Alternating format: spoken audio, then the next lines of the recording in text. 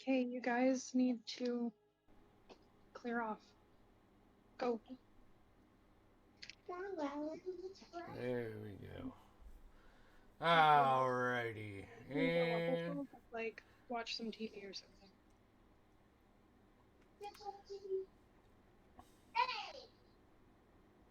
Shh. there. There we are. Hey. Okay. Not the best, but it'll work for tonight. All right. So, welcome. And, jeez, where do we begin? Uh, you guys began last session delving uh, a tropical fey-ish cave, overcoming some of the traps, um, and ended with an encounter with a rival gang of pirates. Um, After you finished them, Lieutenant Atticus uh, called forth the rune or the script on these seashells and opened the center of the floor, and this giant ancient worm came out of it with a crystal in its like the top of its head. Um, you guys went round for round, swing for swing, um, before slaying the beast.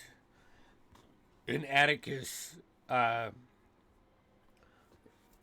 weaseled his way, like got the crystal, pocketed it. He's Weasel, so that makes sense. And you guys started running back towards the exit, averting all of the dangers and making your way out to the top where an ambush laid wait for you. Um, However, pretty sure, I forget who it was, absolutely slayed the first attack. I know Carver went up and got I believe she I got. was carrying. Who was I carrying? What's his name? I was the eagle, and I when Oh they yeah, shot yeah, their yeah. arrows, I pulled pulled him up because I That's couldn't lose right. concentration, or we'd both be screwed. That's right. Yeah. And um, you after the final blow was dealt and the the last enemy laid limp amongst the strait and the water and the current and got swept away. You guys boarded your ship, and Atticus started sailing you around, going west and around one of the smaller islands before you um, hit the northern tip of the moon chase, and night sets in. The sails are fully unfurled. The wind is at your back, and you just kind of shoot off into this vast expanse of water known as the Sea of Swords. Heading, oh, I think it would be northeast, something like that, northeast, to Waterdeep. So I ask you guys, is there anything that you would like to do um, among the journey? I think it's about 250 miles, 300 miles. It's about 300 miles from where you are. Yep, it's about 300 miles. So, what's that? Oh, geez. We'll say 5 to 6 days of travel. I think, right? You go 30. Wait, is it 30 miles? I don't remember ship movement. But the point being is you have a lot of time. Is there anything you would like to do while on the ship?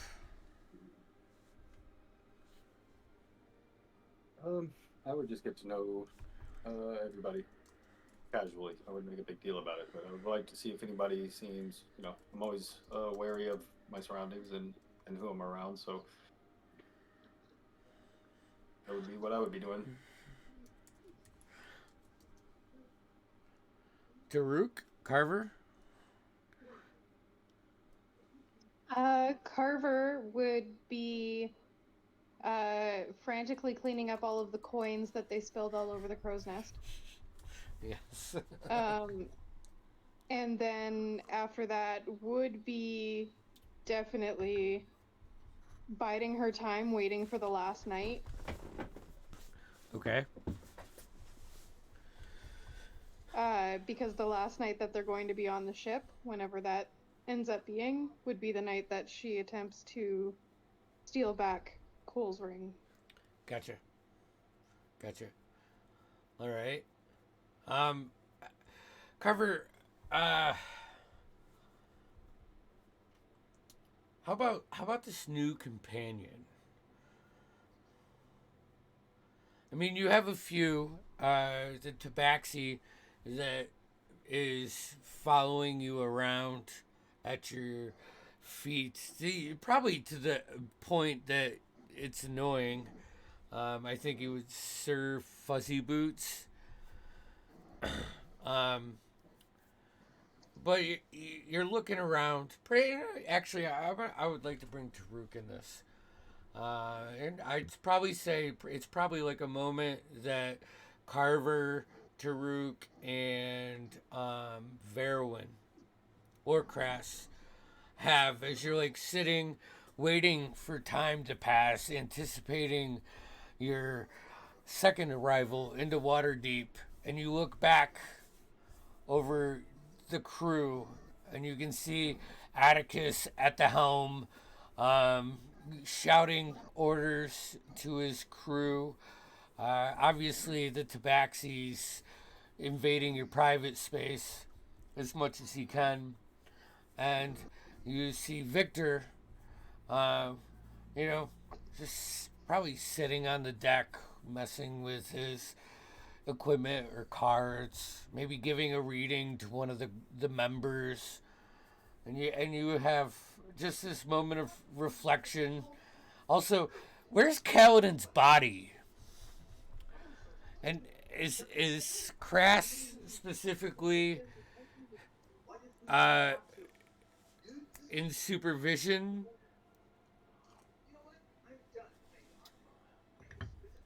Or Like, do you mean so? We left Kaladin's body back you at the temple, but then we're pursuing his soul. you I would have believe. brought his body with you. We would have. Yeah. I don't know. I thought we had left it. No. No, that was loaded on the ship. I mean, it could just be in a hammock. That's fine. It's just when you get to Waterdeep, you're gonna have to transport a furbolg somehow. And maybe that's something to think about. Yeah. But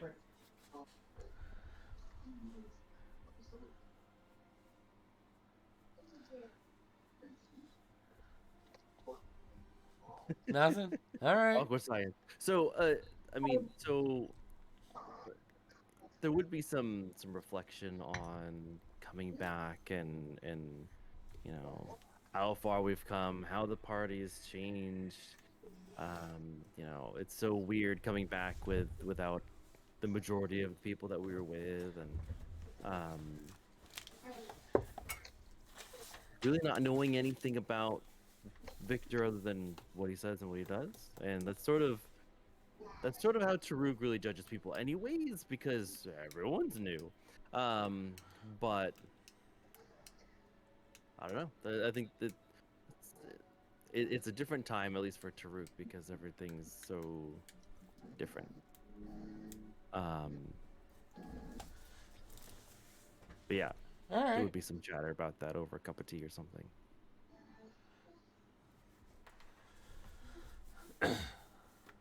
Um,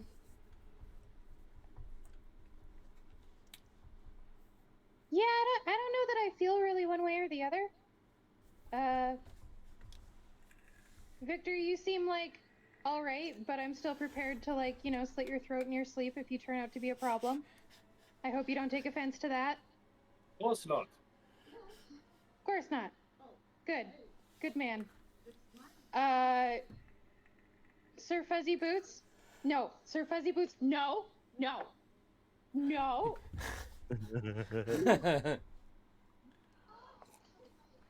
But master, I can't do a great Jeff impression, but Oh, no space. Fuzzy Boots. You are 3 times your size. it's But I want to cuddle with you.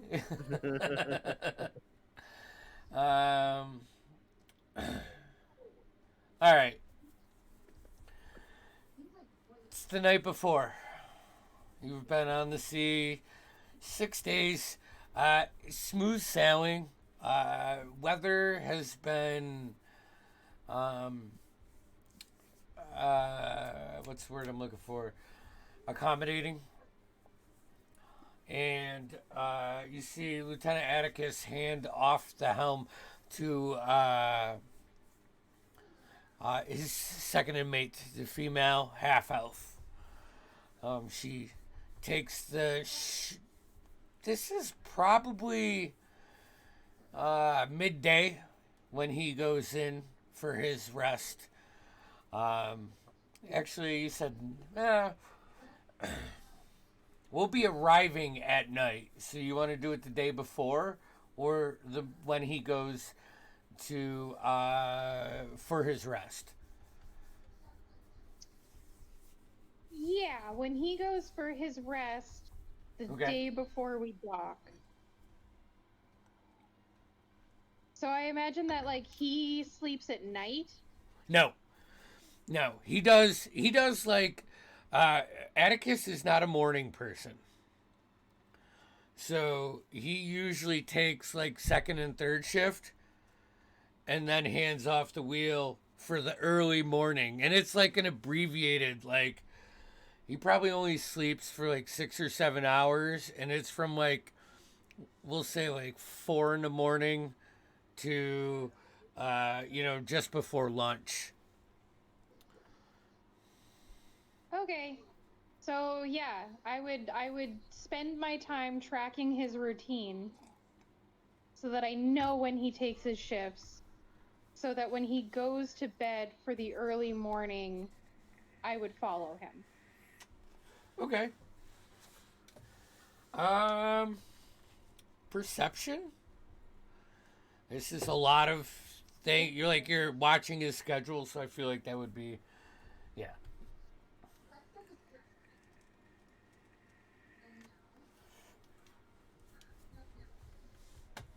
Do do. 16. Hey. All right.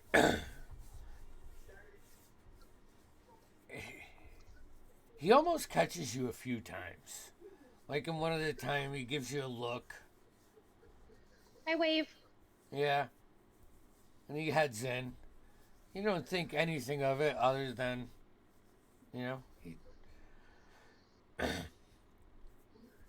But those times, you get to like right up to his quarters, and you can gather his routine, and by that You wait a couple hours that night before. After he goes in, he undorns and does his pre-ritual, and you Okay. sit outside one of those like circle windows that's open. You see him crash Yeah. out. The ship's just rocking a little bit.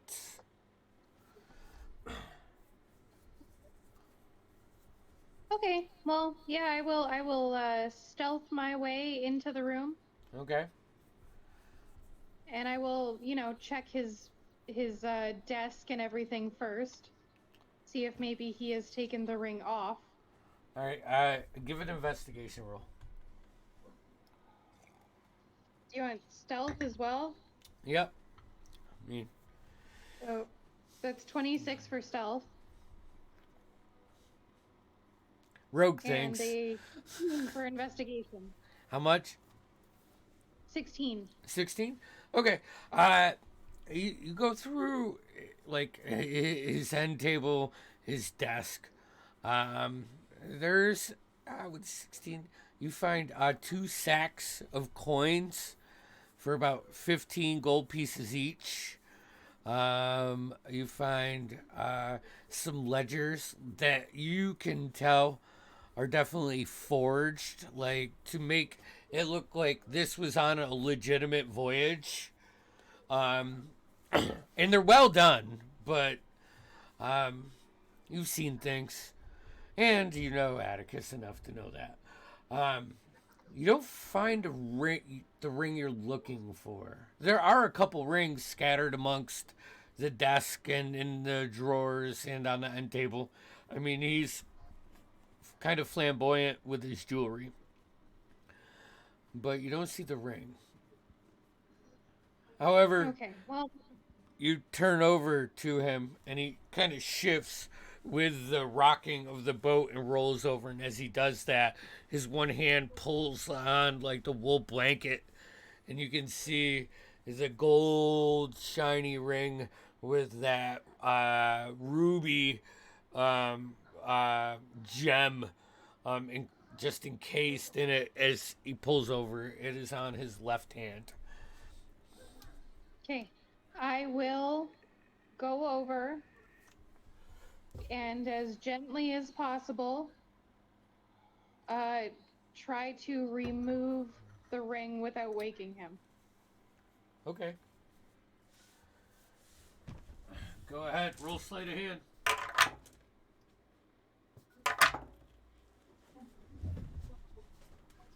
That is I don't actually do this one very often, so that's a 13 plus 8 is 21. Damn it. It's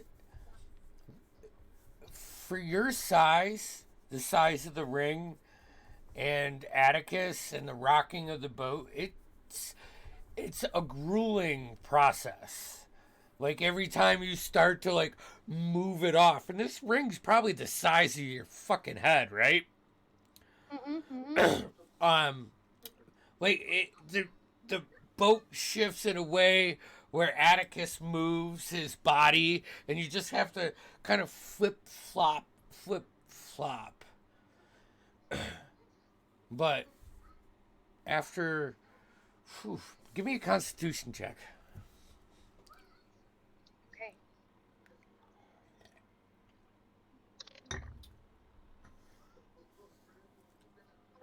That is a 12. Okay. Probably like what feels like an hour is actually 30 seconds of intense trying not to wake him up. You pop the ring off of his finger. Awesome. You see him And shift then a little bit. Yes. yeah, I as soon as I have the ring, I beeline it for that window and I fuck off. Okay. uh, anything else? Yeah. After I'm going to find Victor, and hopefully Victor is still asleep.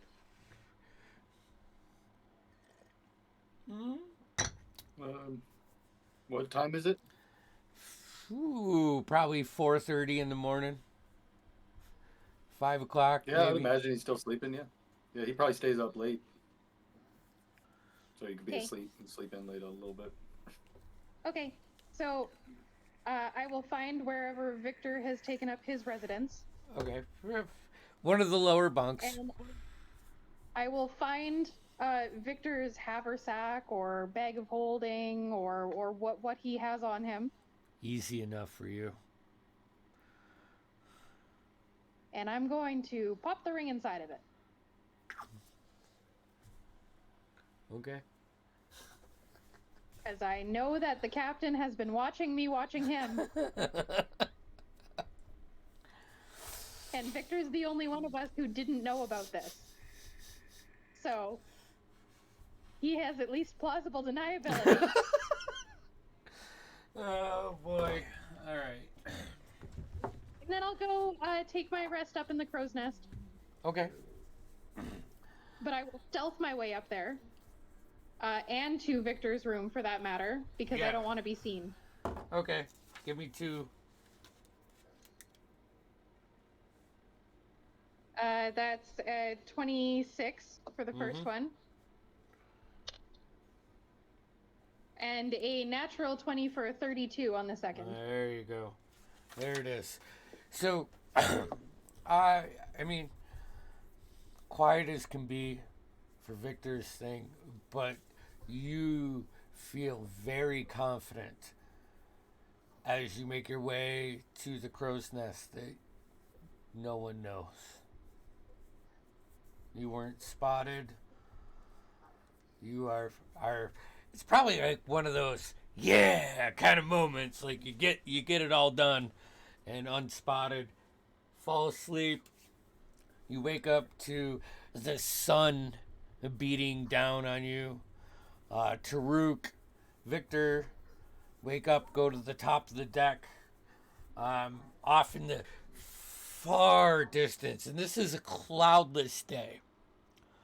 You can see the mountains and the lands.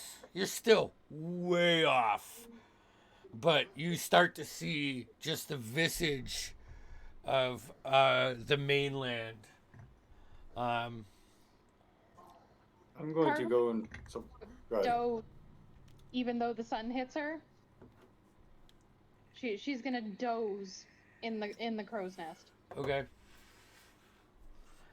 Keep her spell book open next to her so that if somebody comes, she can like look like she was studying.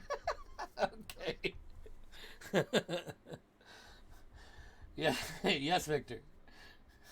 I was gonna find Carver and Taruk at some point and invite them for tea and breakfast if they haven't had it yet.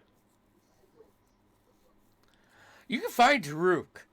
Carver, on the other hand, I mean, I would assume she's up in the crow's nest. I mean, that's where she's been since day one, right? yeah.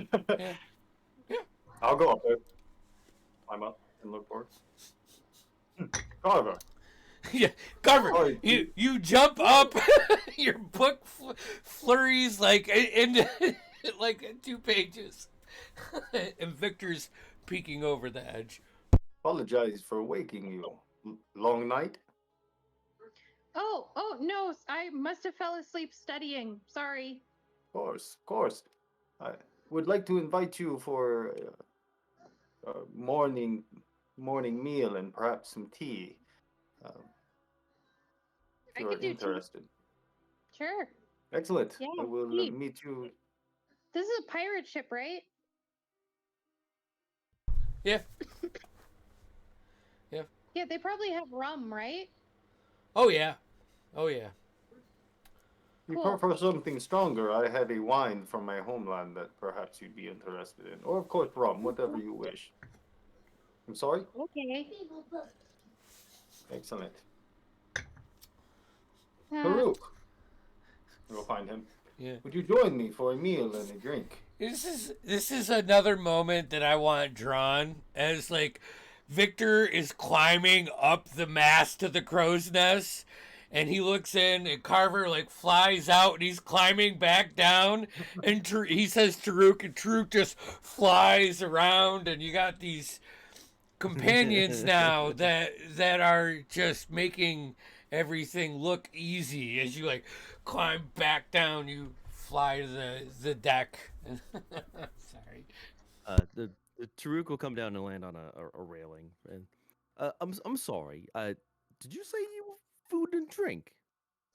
Indeed, I have some breads and a few pastries from my homeland, as well as the wine, and of course our famous tea.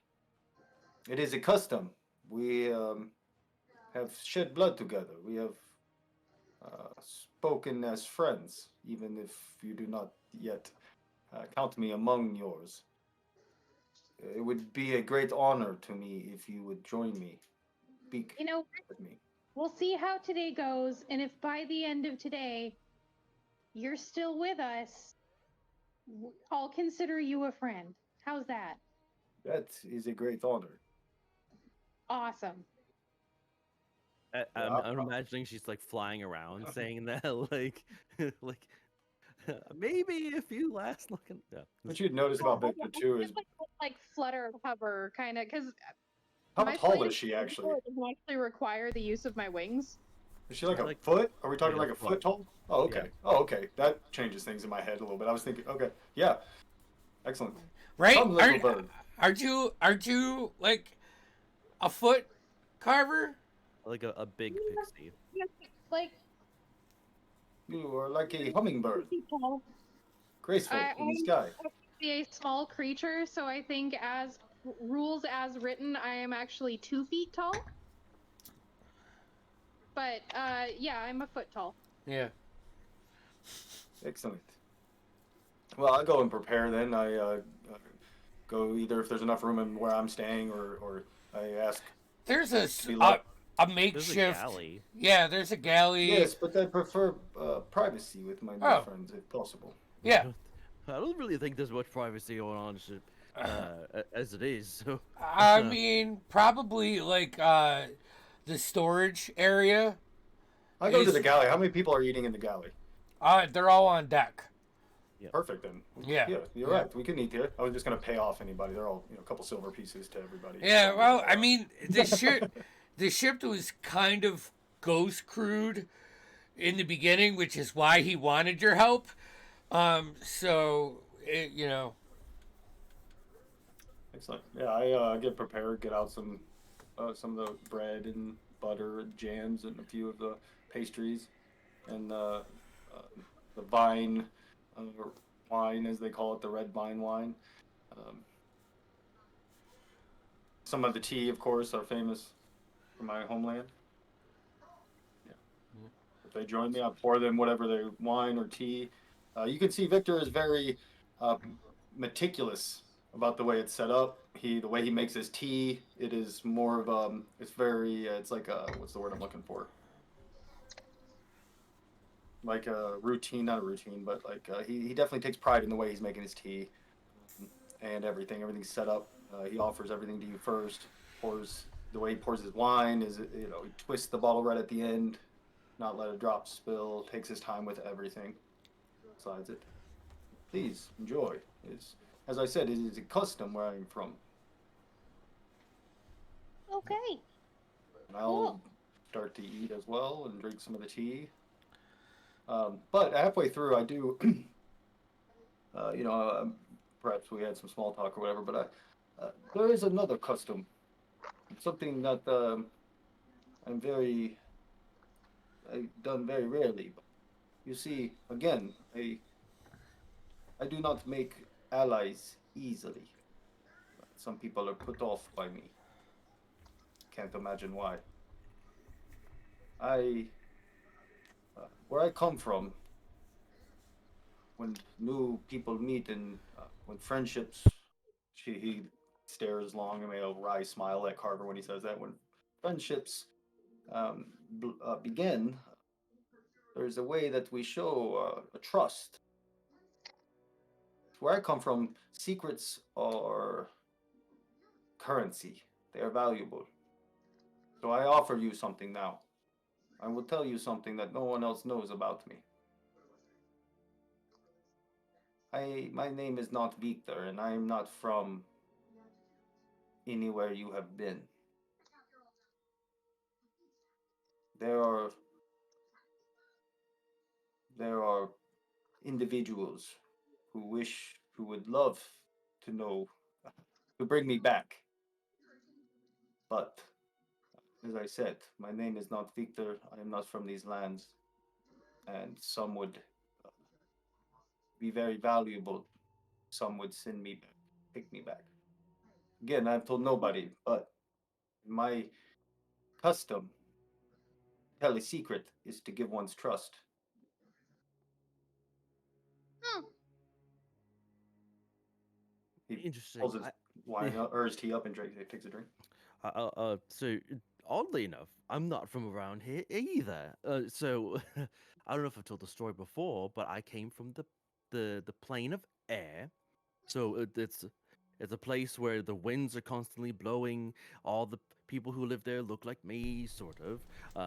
Different types of other bird folk. The Arakakra. And so we fly around a lot. We have different customs. You know, if I want a girlfriend, as the people around here say it, I have to go fight this dude. And we like grapple each other in the air with our talons and we fall down in spirals. It's quite dramatic. But uh, yeah, I'm not from around here either. You see, Victor's quite interested in what you said. That I am honored that you would offer this secret to me. This. You say you're from a different plane. Yes. Interesting. I too am not from this land, not from this plane, as you would say it. Though my situation is a bit different. Thank you, Baruch. I take your secret and I swear to keep it. I mean, it's kind of getting around, really. That people, oh, I mean, the whole coincidental gathering of us was really we were taken and put together in a room, and we had pieces of us were taken from us, stolen. Um, I had my feathers clipped. I couldn't fly, and then they grew back. But so we were all gathered together, and we weren't regular folk, if you know what I'm saying. So that's how our group all sort of got together. And we met Carver, and then we, you know, it all led to where we are now, and some of the group isn't here anymore. But it's quite interesting. The intrepid group are not normal folk, if you know what I'm saying.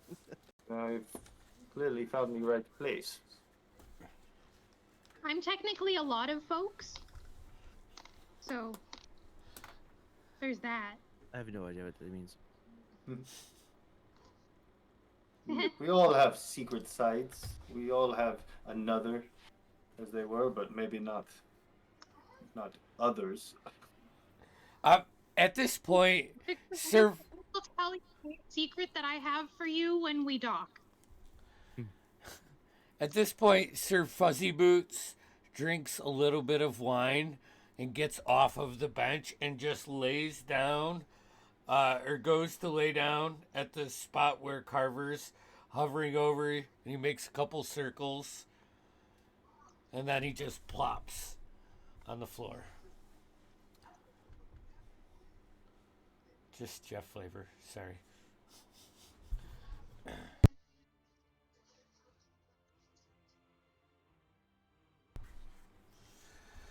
You have an interesting ally here. Interesting. So I take a big gulp of wine, which for everybody else is like half of a sip. Right. Is it good wine? Does it taste good? Victor? Oh, the wine is the wine is the best wine you've ever had. At least, I mean, to Victor it is. It's a red wine. It's got legs. It's It's probably very like an earthier type of wine, but if that's what you like, yeah, to him, I mean, you can see, and the tea as well. The tea is very um, strong and flavorful and exotic. Again, if that's the type you like, so yes, it's delicious. You can see the bottle is very old. It's not hasn't he just cracked it. You can tell he's been carrying it around for a very long time. I mix the tea with the wine and drink it that way. Oh, you see a look of pain go across his face, but he just doesn't say anything. Interesting taste do you have? Yeah, it kind of tastes a little bit better this way. Is there any sugar? Don't think the ship would have sugar. I think it goes bad too quickly. You'd have to use a piece of fruit. It doesn't look like there's any fruit in here. We've been traveling a while. Yeah, it might have been the first to go. Oh, I know. Prestidigitation. Make it sweet. Nice. Done. I know. You go, whoop, and I stir it with my finger a couple of times, and I go, perfect. It is perfect.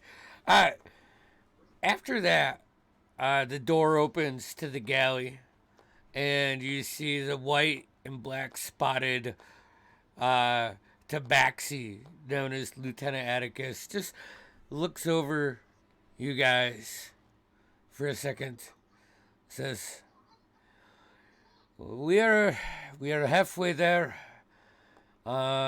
We should be arriving at the ports close to sundown. Hands on deck would be appreciated when we cross the gates. Thank you. Oh, hey, Addie, What? you should try this. This, here, drink it. Is it the mixed stuff? Yeah. No. Atticus, if you want a drink, I have one for you, please. Wine or tea? Wine or tea?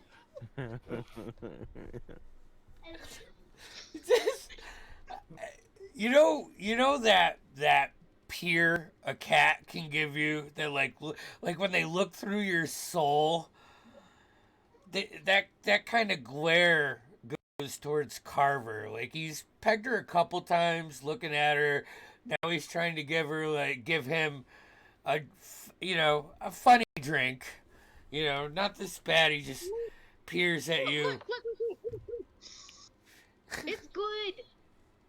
He's gonna look towards Victor.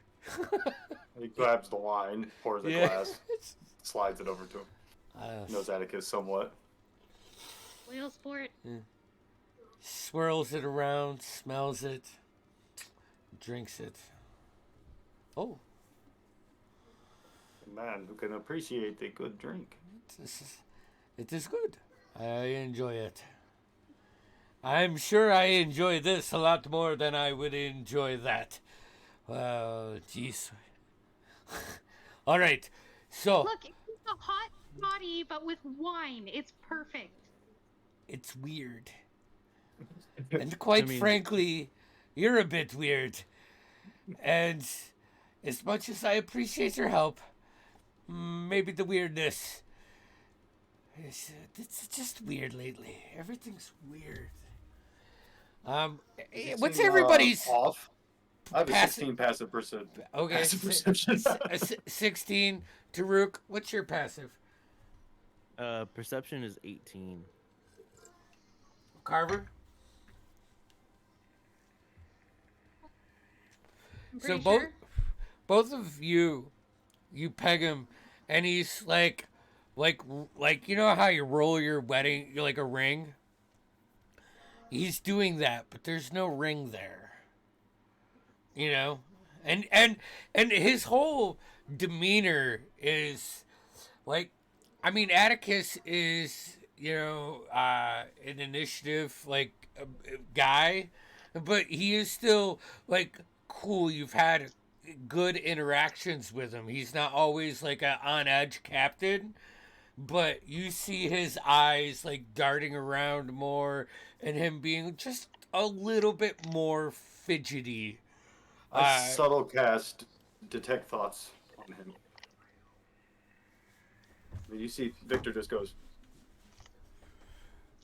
Okay, let's see here. Is there a saving throw Not for involved? not for the surface level thoughts. Okay. Surface thoughts.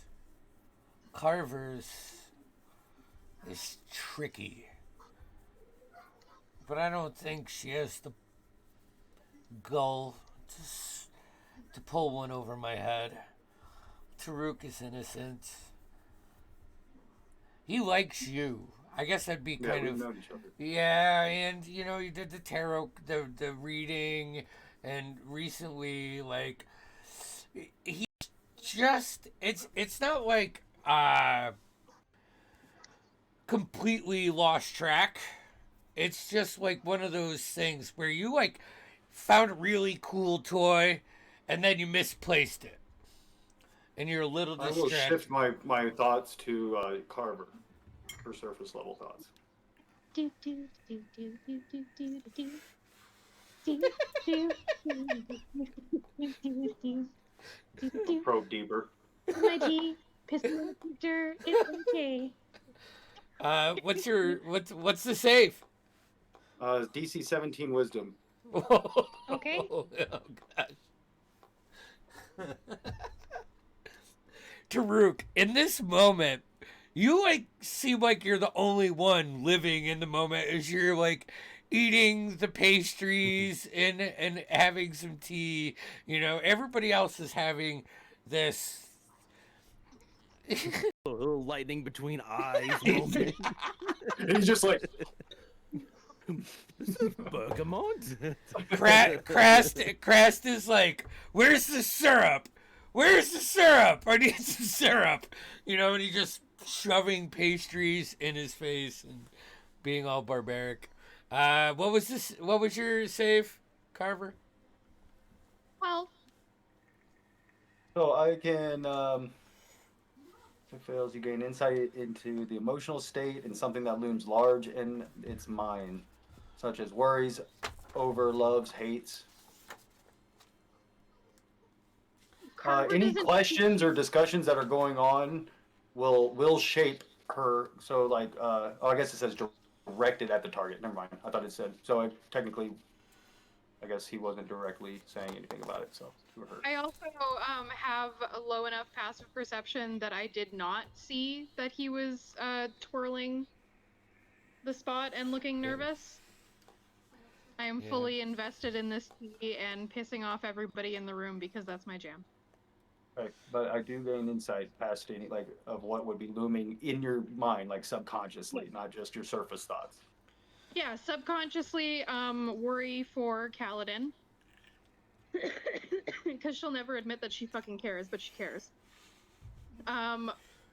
Hoping that Cole is in fact in that ring, but because she knows the nature of it, she's fairly certain that he is. What ring? Do I know the ring? Do I know the ring? To gain access to it once they're off the ship.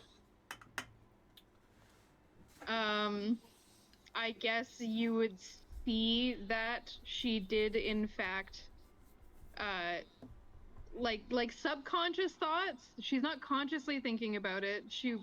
Something that looms large. So yeah, it means something that's beyond. Like yes, I understand you could be like setting up a mental block for your surface thoughts, like da, da, da, da, da. But your deeper thoughts, I think it means like something that would loom large in your mind. So I guess if it's Kaladin that's looming most, or the person you just stole from walks in the room. More geared towards getting to them. Not Fair so enough. much the acquisition of them, but like getting to them again. Okay, I dropped my my probe. Okay. My thought process. Atticus shakes his head a little bit, wipes his eyes. All right, as I said, probably half day, sundown, up top. All right, count on you. Hey, hey, hey. All right. He's gonna walk halfway out the door and do one of those like ball foot turns, reach over to the table, grab a pastry, look at Victor, give him a little wink, turn around, and then go out the door. All right. So, anything else? Any more conversations?